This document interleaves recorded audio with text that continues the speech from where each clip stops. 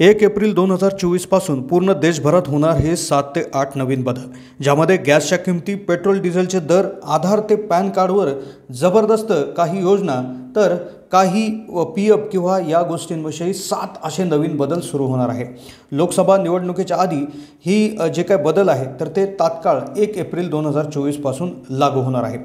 पहिला जो बदल याच्यामध्ये जो असणार आहे किंवा जो नवीन नियम असणार आहे तो पॅन आणि आधार कार्डच्या लिंकिंगच्या संदर्भात असणार आहे।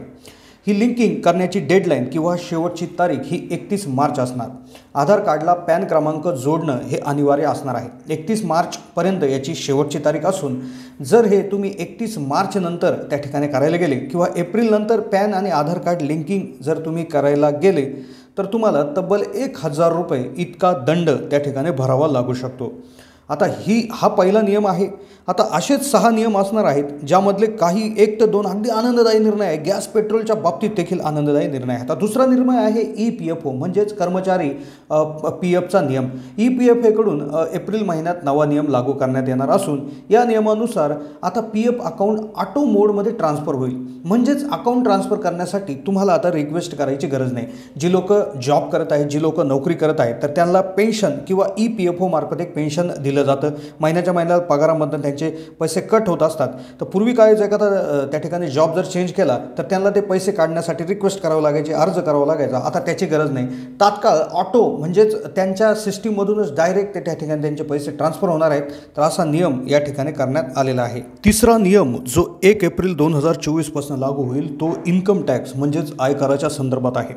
नवीन कर व्यवस्था त्या ठिकाणी 1 एप्रिल 2000 पासून चालू होणार आहे। 2023 मध्ये चालू केलेली कर व्यवस्था किंवा कराचे जे काही नियम आहेत, इन्कम टॅक्सचे जे नियम आहेत, तर त्याच्यामध्ये बदल होणार आहे। तर पाहूयात तो काय आहे नियम आणि त्यानंतर पेट्रोल डिझेलच्या किमती आणि गॅस संदर्भात प्रचंड मोठ्या आनंदाची बातमी, त्या संदर्भातला नियम। आता तिसरा नियम आहे नवीन कर व्यवस्था। आता 1 एप्रिल 2024 पासून नवीन कर प्रणाली डिफॉल्ट कर प्रणाली बनेल। म्हणजे जर तुम्ही अद्याप कर भरण्याची पद्धत निवडली नसेल तर तुम्हाला नवीन कर प्रणाली अंतर्गत आपोआप कर भरावा लागेल। 1 एप्रिल 2023 पासून आयकरामध्ये नियमामध्ये बदल करण्यात आले होते। नवीन कर प्रणाली अंतर्गत 7 लाख रुपयापर्यंत करपात्र उत्पन्न असणाऱ्या लोकांना कोणताही आयकर भरावा लागणार नाही।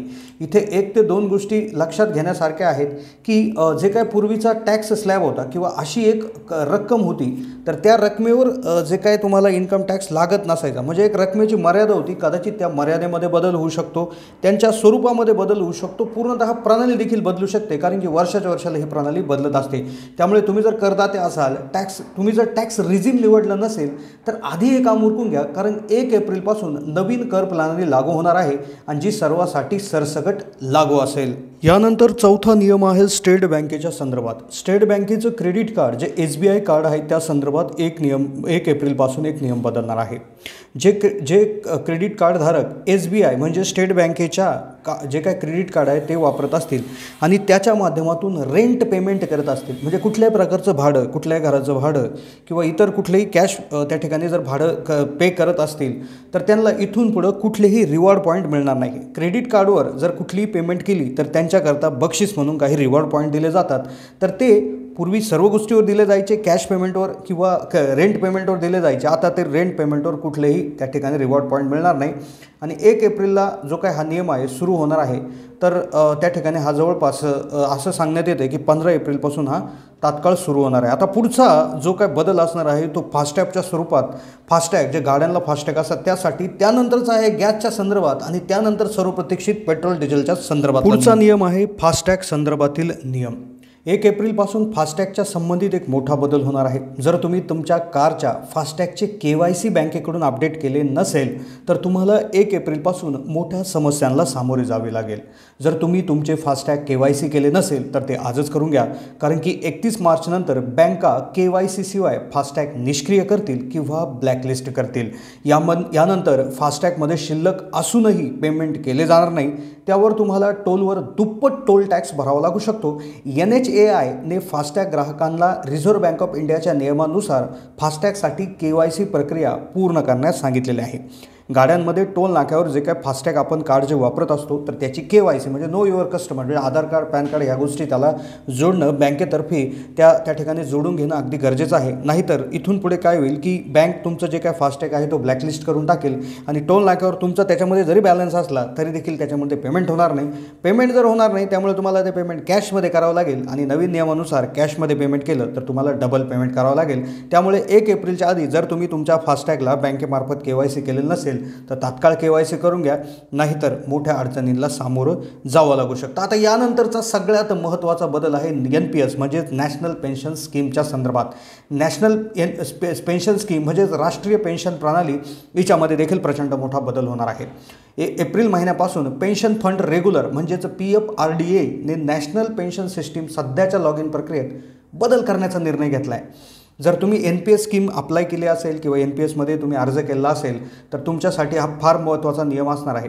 नवीन नियम 1 एप्रिल 2024 पासून लागू होईल. नवीन नियमानुसार NPS खात्यात लॉग इन करण्यासाठी 2 फॅक्टर ऑथेंटिकेशन आवश्यक असेल. NPS सदस्यांना आधार पडताळणी आणि मोबाईलवर प्राप्त OTPद्वारे लॉग इन करावे लागेल आणि प्रणाली अधिक सुरक्षित करण्यासाठी हे बदल करण्यात गेलेले आहे.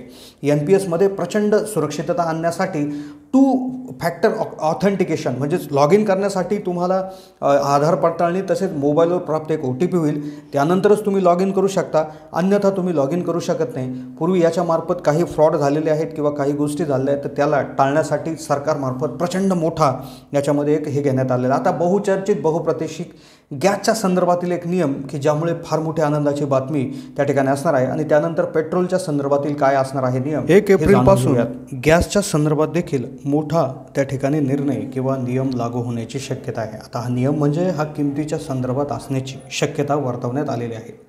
देशभरात प्रत्येक महिन्याच्या 1 तारखेला LPG सिलेंडरच्या किमती निश्चित केल्या जातात.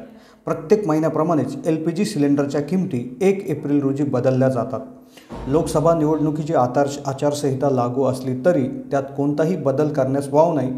आर्थिक वर्ष संपायला अजून 7 दिवस बाकी आहेत तरी देखील त्या ठिकाणी यामध्ये जो काय याचे जे काय रेट असणार आहे किंवा याची जी किंमत आहे तर ती त्या ठिकाणी होऊ शकते. आज मितीला याचा रेट 816 ते जवळपास 828 रुपयापर्यंत म्हणजे जिल्ह्यावाईज त्या ठिकाणी चालू आहे, जो की पूर्वी 1000च्या आसपास त्या ठिकाणी होता. आधीच त्यामध्ये प्रचंड हे करण्यात आलेलं आहे. त्याचबरोबर उज्ज्वला गॅसच्या ज्या माध्यमातून ज्या योजनेच्या माध्यमातून ज्या टाक्या आहेत तर त्यामध्ये देखील भरपूर अशी त्या ठिकाणी सूट देण्यात आलेली आहे. तर यामध्ये अजूनही त्या ठिकाणी हे होण्याची शक्यता इथे वर्तवण्यात आलेली आहे. आता यानंतर असंही वर्तवण्यात येत आहे की पेट्रोल डिझेलच्या किमती ह्या आत्ताच कमी झालेल्या आहेत. आजचा डिझेलचा रेट 90 रुपये 79 पैसे तर पेट्रोल 104 रुपये जवळपास याच्या आसपास आहे. तर हे दर कदाचित अजूनही कमी होऊ शकतात.